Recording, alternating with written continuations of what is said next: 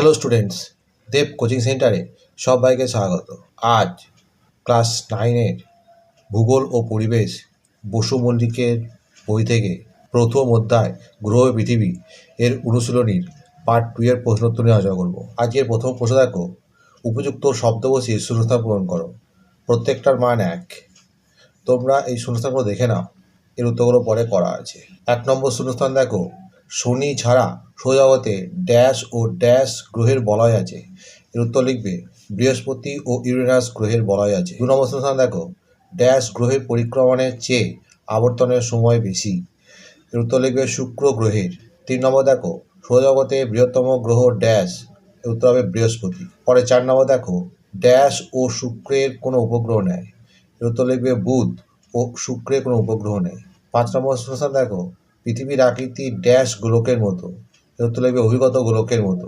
এরপরে 6 নম্বর শূন্যস্থান দেখো, পৃথিবীর মেরু পরিধি অপেক্ষা নিরক্ষীয় পরিধি ড্যাশ কিমি বেশি।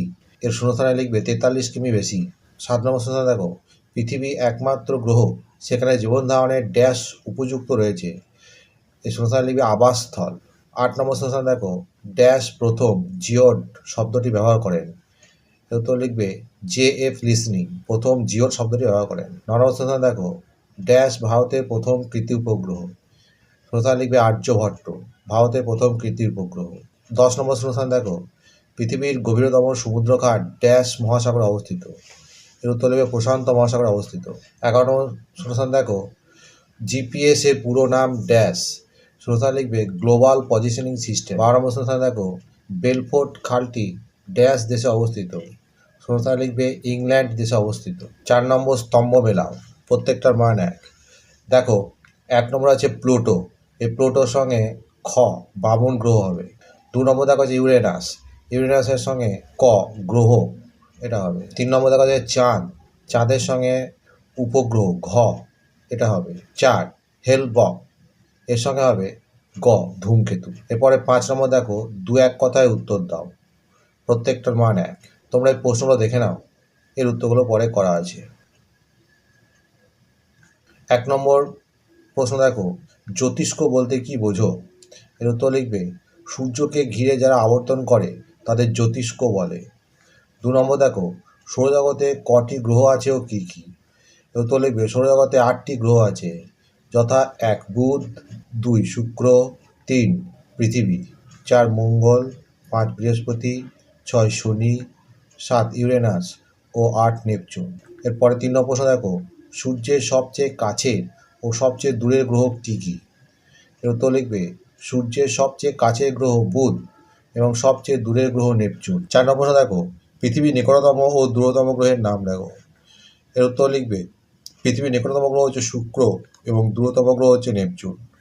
5 নম্বর প্রশ্ন দেখো, পৃথিবী থেকে চাঁদ ও সূর্যের গড় দূরত্ব কত? এর উত্তর লিখবে পৃথিবী থেকে চাঁদের গড় দূরত্ব 3,84,400 কিলোমিটার ও পৃথিবী থেকে সূর্যের গড় দূরত্ব 15 কোটি কিলোমিটার। 6 নম্বর প্রশ্ন দেখো, সূর্যকে কয়টি অংশে ভাগ করা যায়? এর উত্তর লিখবে 4টি অংশে। 7 নম্বর প্রশ্ন দেখো, পৃথিবীর পরিধি এবং ভূপৃষ্ঠের ক্ষেত্রফল কত? এর উত্তর লিখবে পৃথিবীর পরিধি 40,077 কিলোমিটার এবং ভূপৃষ্ঠের ক্ষেত্রফল 51,01,934 বর্গ কিলোমিটার। এরপরে প্রশ্ন দেখো, সৌরজগতে প্লুটোর বর্তমান পরিচিতি কী? এর উত্তর লিখবে বামন গ্রহ। 9 নম্বর প্রশ্ন দেখো, জিওড কী? এর উত্তর লিখবে পৃথিবীর প্রকৃত আকৃতি। পরের প্রশ্ন দেখো, প্রথম ভারতীয় মহাকাশচারীর নাম কী? এর উত্তর লিখবে রাকেশ শর্মা। এর পরের প্রশ্ন দেখো, GIS এর পুরো নাম কী? এর উত্তর লিখবে গ্রাফিক্যাল ইনফরমেশন সিস্টেম। এর উত্তর লিখবে জিওগ্রাফিক্যাল ইনফরমেশন সিস্টেম। পরে 12 নম্বর প্রশ্ন দেখো, উত্তর গোলার্ধে কোন নক্ষত্রকে আমরা নিরক্ষরেখার 0 ডিগ্রি কোণে দেখি? এর উত্তর লিখবে ধ্রুবতারা। পরে 13 নম্বর প্রশ্ন দেখো, কোন গ্রহে সর্বাধিক উপগ্রহ আছে? এর উত্তর লিখবে বৃহস্পতি।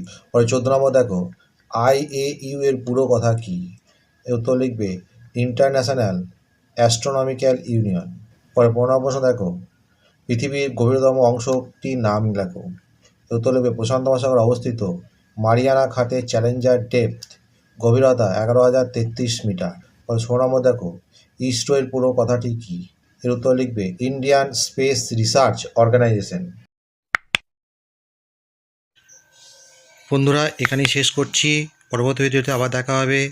ভিডিওটি ভালো লাগলে অবশ্যই লাইক, কমেন্ট, শেয়ার করবে।